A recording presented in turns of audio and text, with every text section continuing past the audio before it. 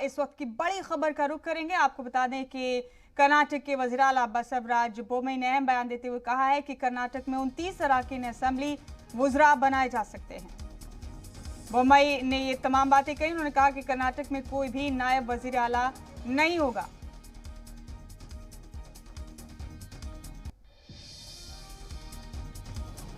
इस वक्त का बड़ा अपडेट, बड़ी खबर आप तक पहुंचा रहे हैं। कर्नाटक के वज़ीर आला बसवराज बोम्मई ने बयान दिया और उन्होंने कहा कि कर्नाटक में 29 अराकीन असेंबली वुज़रा बनाए जा रहे हैं। साथ ही उन्होंने कहा कि कर्नाटक में कोई भी नायब वज़ीर आला नहीं होगा। शाहिद काजी हमारे साथ जुड़ गए हैं तमाम अपडेट लेकर। शाहिद, बसवराज बोम्मई ने कहा कि 29 अराकीन असेंबली वुज़रा बनाए जा रहे हैं और कोई भी नायब वज़ीर आला नहीं होगा, तो ये एक पिक्चर तो क्लियर हुई। शाहिद, तो ये बड़ा अपडेट है, आपको कर्नाटक के हवाले से बता रहे हैं। नायब वज़ीर आला कोई नहीं होगा अब कर्नाटक में। बसवराज बोम्मई ने ये तमाम बातें कही। उन्होंने कहा कि 29 अराकीन असेंबली को वुज़रा बनाया जा रहा है। ये बड़ा अपडेट आपको कर्नाटक के हवाले से दे रहे हैं।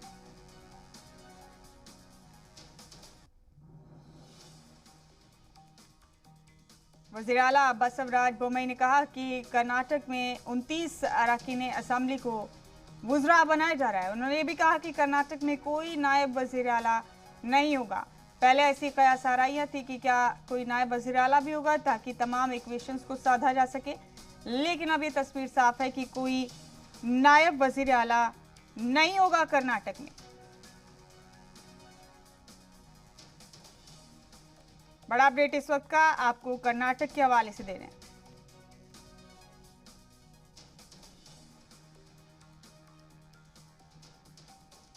वज़ीर आला बसवराज ने कहा है कि 29 वुज़रा आला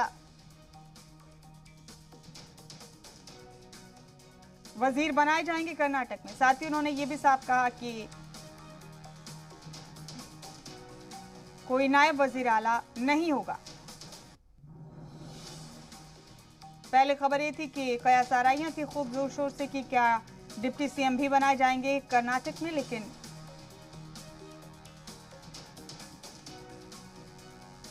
ऐसा नहीं है। बसवराज बोम्मई ने ये साफ कर दिया कि कर्नाटक में कोई नायब वज़ीर आला नहीं होगा।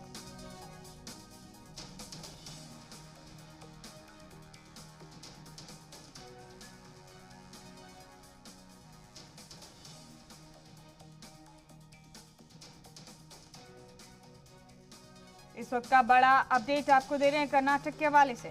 कर्नाटक के सीएम बसवराज बोम्मई ने अपने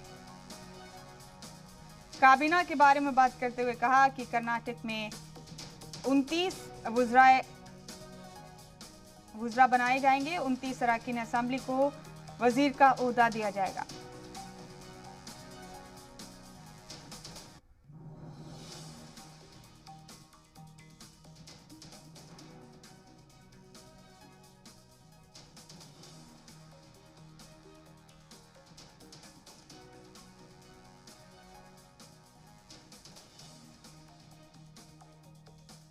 बताया जा रहा है कि आज ही शाम को लबरदारी तकरीब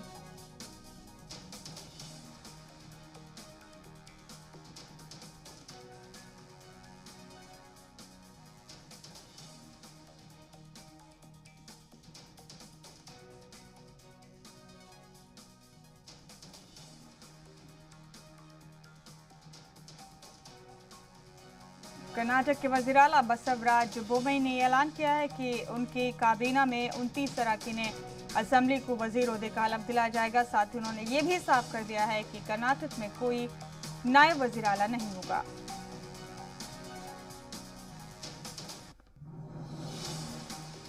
कर्नाटक सरकार में कैबिनेट तौसीक को लेकर कर्नाटक के सीएम बसवराज बोम्मई पिछले कई दिनों से दिल्ली में थे और सीएम बोम्मई ने जानकारी दी कि काबीना तौसी आज यानी बुध को होने वाली है। बोम्मई ने कहा कि BS येदियुरप्पा से गौर खौज के बाद ही नए वुज़रा के नाम तय होंगे। उन्होंने कहा कि पिछली टीम को ज़हन में रखते हुए काबीना को बैलेंस रखा जाएगा। नाम तय करते वक्त इलाकाई और समाजी नुमाइंदगी के मवाज़नी का भी ख्याल रखा जाएगा। शाहिद काजी हमारे साथ जुड़ गए हैं बराह रास्त तमाम अपडेट लेकर। शायद ये पिक्चर तो क्लियर हुई आखिरकार कि कोई नायब वजीर आला नहीं होगा कर्नाटक में, और 29 की तादाद बताई है अभी बसवराज बोम्मई ने, जिन्हें वजीर बनाने वाले हैं 29 एमएलए को। तफसीलात आपके पास क्या हैं? क्या पूरा गौर-व-खौज हो गया है? क्या ये भी तय हो गया है कि किस वजीर को क्या महकमा दिया जाएगा? तफसील से जरा बताइए।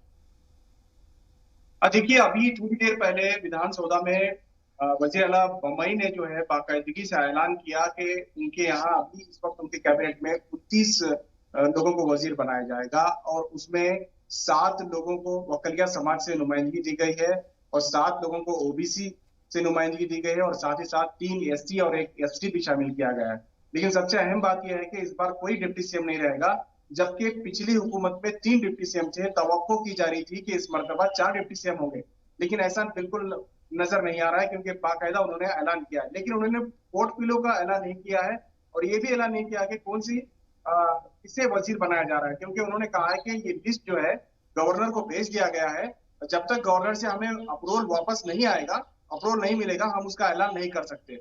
क्योंकि वो एक रस्मी तौर पर भेजा जाता है, वो पूरी लिस्ट वैसे ही अप्रूवल होकर वापस आ जाती है। उन्होंने कहा कि थोड़ी देर में वापस आने वाली है, जैसे ही लिस्ट वापस आती है हम तमाम लोगों को तमाम लिस्ट का ऐलान कर देंगे। साथ ही साथ उन्होंने तमाम वज़रा को, तमाम एमएलए को, जो भी वजीर बनने वाले हैं, तमाम लोगों को उन्होंने खुद बसवराज बोम्मई ने फोन करके कहा है कि आप 2 बजे जो है शामिल हो जाएं शपथ ग्रहण में, जहां पे गवर्नर हाउस में इस वक्त 2 बजे या 2:15 बजे जो है ये मुनक्कद होने वाला है। इसमें शामिल होने की उन्होंने खुद दावत दी है। तो एक बात तो साफ है, सबसे अहम पॉइंट उन्होंने कहा कि डिप्टी सीएम नहीं रहेंगे, और साथ ही साथ वकलिया समाज और लिंगायत समाज, क्योंकि लिंगायत सबसे बड़ा तबका है, उन्हें 8 लोगों को नुमाइंदगी दी गई है, वकलिया को 7 लोगों को नुमाइंदगी दी गई है, इसी तरह से ओबीसी को भी 7 लोगों को नुमाइंदगी दी गई, और दलितों का भी खास ख्याल रखा है।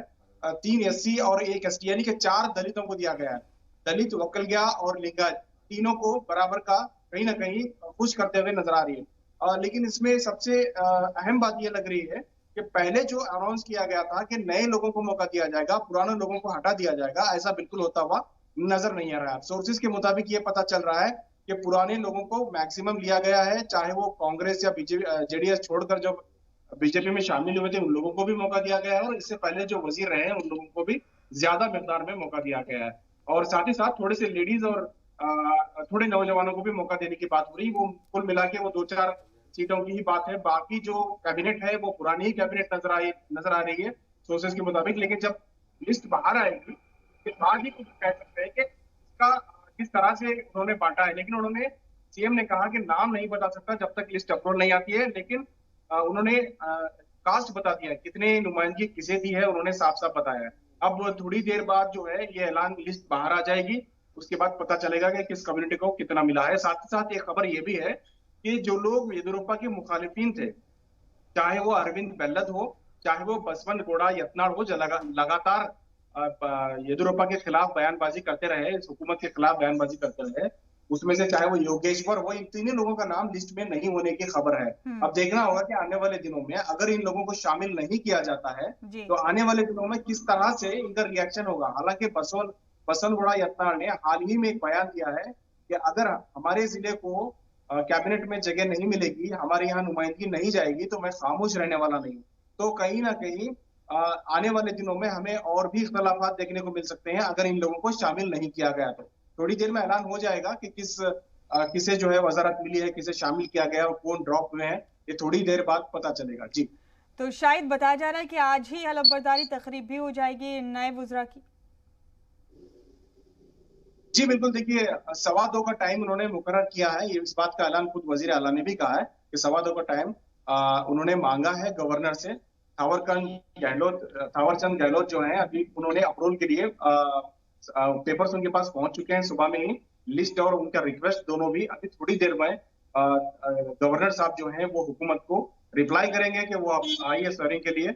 उसके बाद जो है गवर्नर हाउस में जो ग्लास हाउस है वहां पे ये इवेंट होगा, और इसमें सिर्फ क्योंकि कोविड चल रहा है तो ज्यादा लोगों को उसमें शामिल नहीं किया जाएगा। जो वज़रा हैं बस उन्हें ही शामिल किया जाएगा, और मेरे ख्याल से 2 या 2:15 या 2:30 बजे के अंदर अंदर जो है ये पूरा जो प्रक्रिया है ये पूरा मुकम्मल हो सकती है। जी, शुक्रिया शाहिद आपका हमारे साथ जुड़ने के लिए। सैम खबर पर बहुत बहुत शुक्रिया आपका।